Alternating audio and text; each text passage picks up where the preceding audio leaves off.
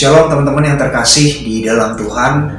Selamat datang semua teman-teman di YouTube channel Evata bareng gue Lau di sini. Nah teman-teman, hari ini kita akan belajar sama-sama tentang memiliki iman di masa-masa krisis yang tidak mudah. Nah hari ini teman-teman, gue nggak tahu secara personal ya masing-masing ya, apa yang hari ini teman-teman sedang pergumulkan. Mungkin beberapa dari teman-teman sedang mengalami satu struggle yang nggak gampang. Mungkin di pekerjaan, di bisnis, mungkin di hubungan, mungkin beberapa dari teman-teman juga sedang mengalami satu tantangan, satu challenge yang bahkan teman-teman sendiri udah nggak tahu lagi nih jalan keluarnya itu gimana. Teman-teman udah melihat ini seperti benang kusut, teman-teman udah mulai kehilangan harapan. Nah tapi teman-teman, gue cuma mau mengingatkan satu hal begini. Selagi semua kesulitan, setiap challenge itu, setiap kesemrawutan yang terjadi itu teman-teman, itu nggak terjadi ya karena kesalahan kita. Nah kalau karena kesalahan kita, misalnya kita melakukan keputusan-keputusan yang bodoh, hal-hal yang salah, ya sudah, apa boleh buat ya kan.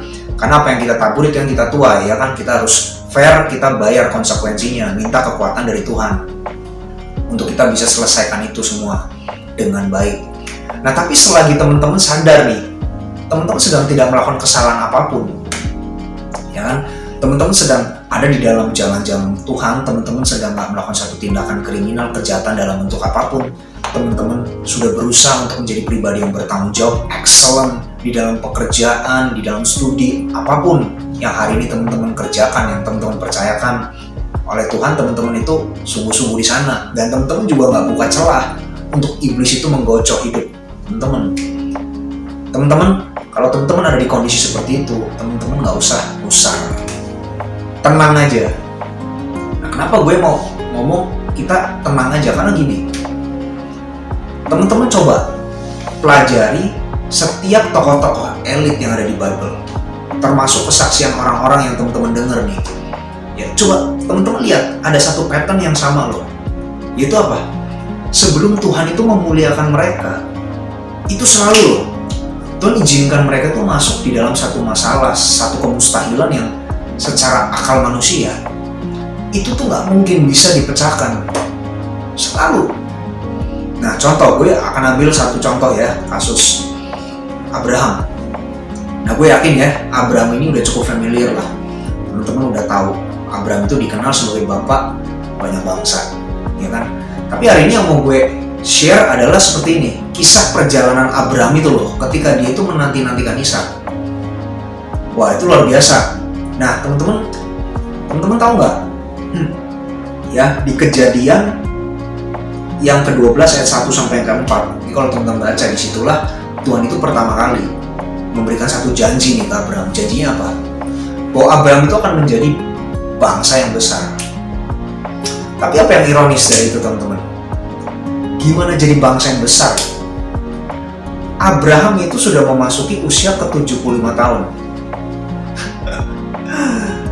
Dan teman-teman tahu, di usia dia yang ke-75 tahun, dia bahkan belum punya satu anak kandung pun. Jadi, udahlah, nggak usah muluk-muluk, ya nggak? Tuhan lu ngomong gue bakal jadi bangsa yang besar nih. Gimana caranya? Anak aja gue belum punya. Dan yang menjadi masalah, tahu nggak teman-teman? Umur Abraham itu bukan lagi 17, 20, 30 tahun, dimana usia dia itu sudah uzur 75 men. Ya, jadi secara reproduksi itu udah jelas nggak seproduktif dulu waktu dia masih muda. Itu yang pertama. Itu yang pertama men. Ya ini di save dulu ya. Ini yang pertama nih. Nah terus yang kedua nih, kemustahilan yang kedua. Ya, dalam Kejadian 18 ayat yang ke-11 firman Tuhan berkata seperti ini. Adapun Abraham dan Sarah telah tua dan lanjut umurnya, dan Sarah telah mati haid. Waduh. Tunggu gini teman-teman. Mati haid teman-teman. Nah kalau teman-teman belajar biologi, teman-teman pasti tahu dong, seorang cewek nih yang udah mati haid, artinya apa? Dia sudah masuk satu masa nih yang disebut menopause. Betul? Dimana apa? Ketika seorang cewek itu udah masuk ke masa yang disebut menopause itu, dia udah gak bisa punya anak lagi men. Secara medis itu udah mustahil. Artinya apa? Buat gue ya secara pribadi, Ini proyek yang nggak masuk akal. Ini proyek yang bener-bener gila sih. Nggak masuk akal ini, Pak. Yang pertama, Tuhan menjanjikan kepada Abraham itu di usia dia yang ke-75, which is anak aja satu pun aja belum punya. Terus yang kedua, Sarah udah mati haid. Udah tuh game over itu, bos. Nggak bisa itu, udah tamat itu. Tamat. Tapi itulah Tuhan yang kita sembah, ya nggak? Tuhan yang nggak bisa kita kotak-kotakan, Tuhan yang nggak bisa kita kurung dengan pemikiran manusia kita yang terbatas. Itulah Tuhan yang kita sembah. Amin. Nah teman-teman, Tuhan itu menguji Abraham nggak cuma sampai di situ. Ya kalau teman-teman nanti baca dalam Kejadian 21 ayat 2 sampai yang ke-7, ya. Ini gue nggak usah baca ayatnya, nanti teman-teman baca aja sendiri. Gue cuman kasih ayatnya, gue highlight ya di Kejadian 21 ayat 2 sampai yang ke-7. Ini kisah di mana si Ishak itu akhirnya lahir nih. Dan teman-teman tahu nggak? Ishak itu lahir ketika usia Abraham itu mencapai 100 tahun. Oke teman-teman, kita coba tarik ke belakang ya. Ya tadi kita sama-sama belajar bahwa Tuhan itu memberikan satu janji kepada Abraham bahwa nanti dia itu akan jadi bangsa yang besar. Sedangkan satu anak aja belum punya. Itu di usia Abraham yang ke-75.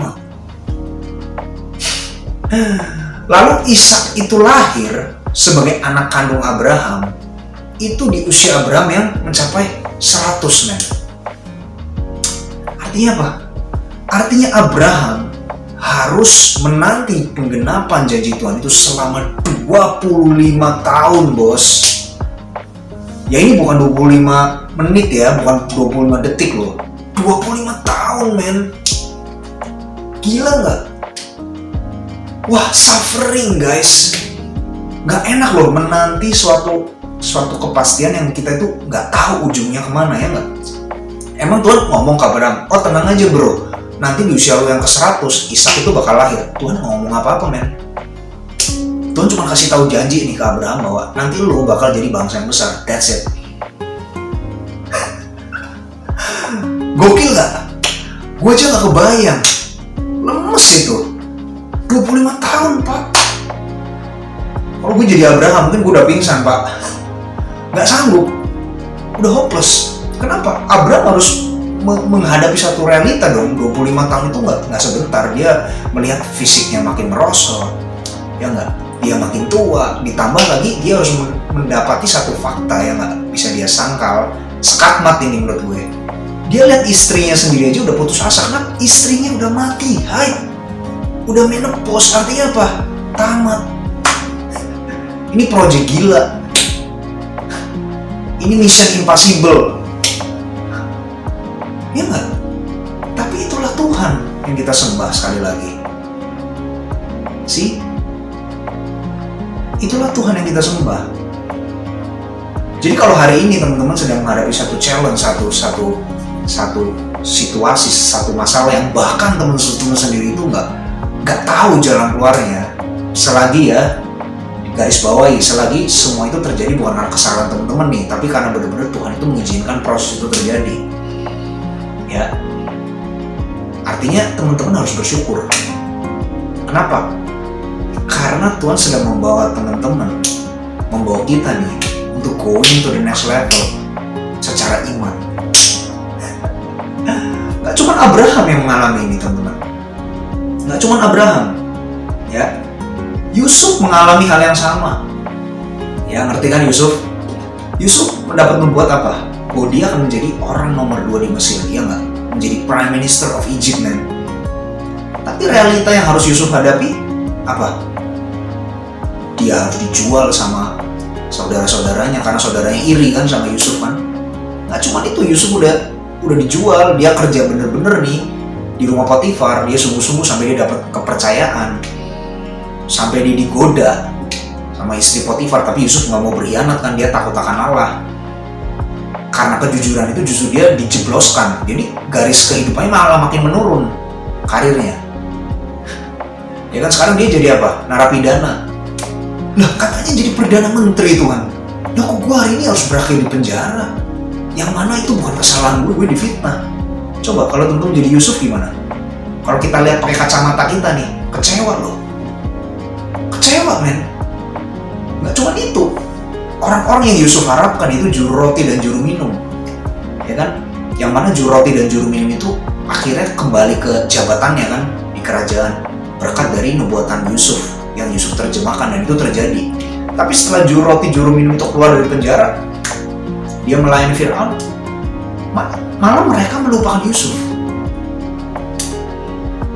Itu kalau si Fir'aun nggak stuck karena dapat mimpi yang aneh itu, dia nggak ngomong, dia nggak speak up, ya mungkin juru minum itu juga nggak akan merekomendasikan Yusuf, karena juru minum itu juga sudah tenggelam dalam euforia istana, udah lupa itu siapa itu Yusuf.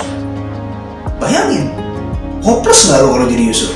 Hopeless pak, nggak ada lagi yang bisa dipegang. Garuk-garuk tembok udah itu, garuk-garuk tembok penjara itu. Udah buntu, gue juga buntu kalau jadi Yusuf, hopeless gue. Ya nggak cuma Yusuf, siapa lagi? Daud umur 16 tahun men. Samuel itu nabi besar sampai datang ke rumah Isai untuk melantik dan mengurapi si Daud untuk menjadi raja yang akan menggantikan Saul, betul? Tapi realitanya apa? Buru-buru jadi raja, bener nggak? Dia malah dikejar-kejar mau dibunuh sama Saul. Dia harus bersembunyi dari satu persembunyian ke persembunyian yang lain. Bahkan dia akhirnya terdampar di gua Adulam, ya nggak? Dia lagi kena masalah, mau dibunuh, ya kan? Ketar-ketir dong, jantungan dong. Ketemulah dia dengan 400 manusia-manusia, dalam tanda kutip, manusia-manusia sampah. Manusia-manusia yang bermasalah, yang lagi pahit, kecewa, sampah masyarakat. Ketemu Daud sama manusia-manusia begitu. Si Daud udah jatuh, ketimpa tangga, kena durian pula. Tapi luar biasa ya kan, respon Daud apa? Di dalam masalahnya itu, Daud itu justru tetap bisa jadi berkat untuk 400 orang-orang bermasalah itu. Daud gembalakan. Daud latih mereka.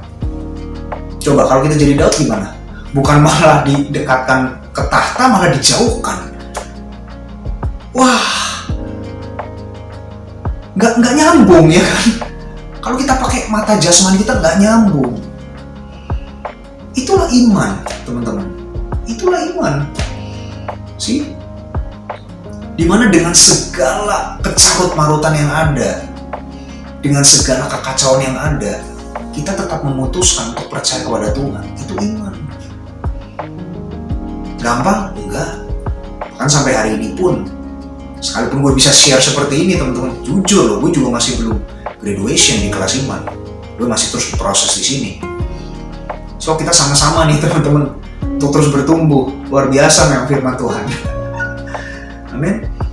Makanya gini teman-teman, jalan Tuhan itu selalu di luar kemampuan nalar manusia kita. Makanya jangan pernah teman-teman untuk mencari tahu nih, ini Tuhan lu mau bawa gue kemana sih? Tuhan lu maunya apa? Jangan pernah. Karena nggak akan nyampe. Pada akhirnya apa? Tuhan tuh maunya kita percaya. Dan percaya itu berbicara bukan ini, bukan akal pikiran, tapi hati. Sih, kenapa? Karena nggak mungkin kita bisa jangkau. Hikmatnya itu terlalu ilahi. Sebagaimana yang tertulis dalam Yesaya 55 ayat 8 sampai ke 9. Di mana firman Tuhan katakan seperti ini. Sebab rancanganku bukanlah rancanganmu, dan jalanmu bukanlah jalanku. Demikianlah firman Tuhan. Seperti tingginya langit dari bumi, demikianlah tingginya jalanku dari jalanmu, dan rancanganku dari rancanganmu. Makanya pada akhirnya kita itu harus belajar beriman kepada Tuhan. Ya, beriman. Karena percuma kita nggak akan bisa menerka. Semakin kita menerka, semakin kita bertanya-tanya, kita bisa semakin tawar hati. Makanya jalan Tuhan itu bukan untuk dipertanyakan, tapi untuk dipercayai. Kita jalan aja, mungkin kita nggak tahu nih ujungnya kemana, tapi selama kita berjalan bersama Tuhan dan kita tahu kita ada di situ bukan karena kesalahan kita, tapi karena memang Tuhan yang mengizinkan kita masuk proses itu. Ya udah, go ahead. Jangan coba menerka ini kayak gimana Tuhan, kok bisa begini begitu, udah jangan. Itu nanti malah kita semakin tenggelam di dalam arus keputusasaan. Ya kan? Balik lagi, iman itu sebuah keputusan ya kan? Nah, gak gampang, gue tahu, karena gini, manusia itu cenderung lebih mempercayai kelima panca inderanya, ya nggak? Informasi yang dia dengar, hal-hal di lapangan yang dia lihat, dengan mata jasmaninya, apa yang bisa dia raba, apa yang bisa dia cium, apa yang bisa dia kecap, itu manusia.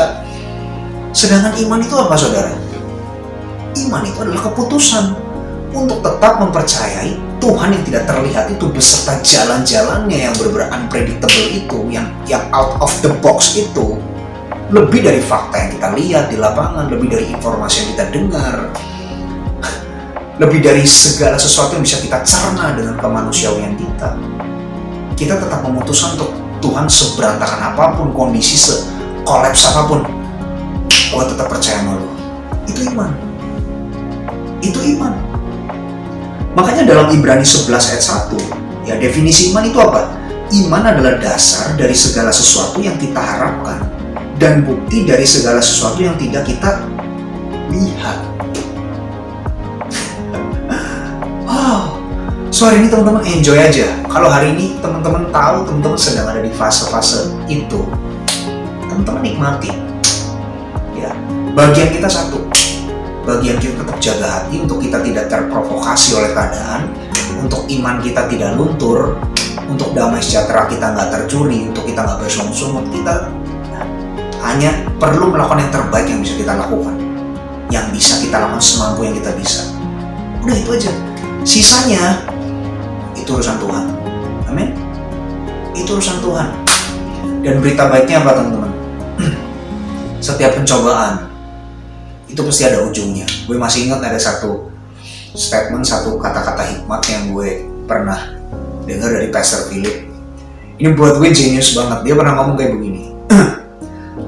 Setiap masalah itu punya tanggal kadaluarsanya.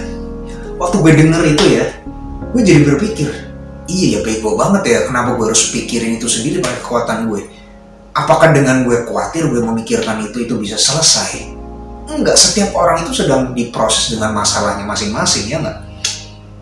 Makanya kekhawatiran itu gak akan menambahkan satu hasta aja jalan hidup kita. Pada akhirnya apa? Ya udah, suka-suka Tuhan. Karena di dalam kehidupan kita yang fana ini semuanya itu ada tanggal expirednya, ya kan? Orang bahagia juga gak selamanya. Ya ada waktunya mencucurkan air mata, ada waktunya tertawa. Yang tertawa juga nanti ada waktunya mencucurkan air mata. Itulah kehidupan, nggak ada yang sempurna. Sama kalau hari ini kita ada di fase-fase kesulitan, air mata, mungkin lembah kekelaman. Tenang aja, akan ada ujungnya, benar nggak?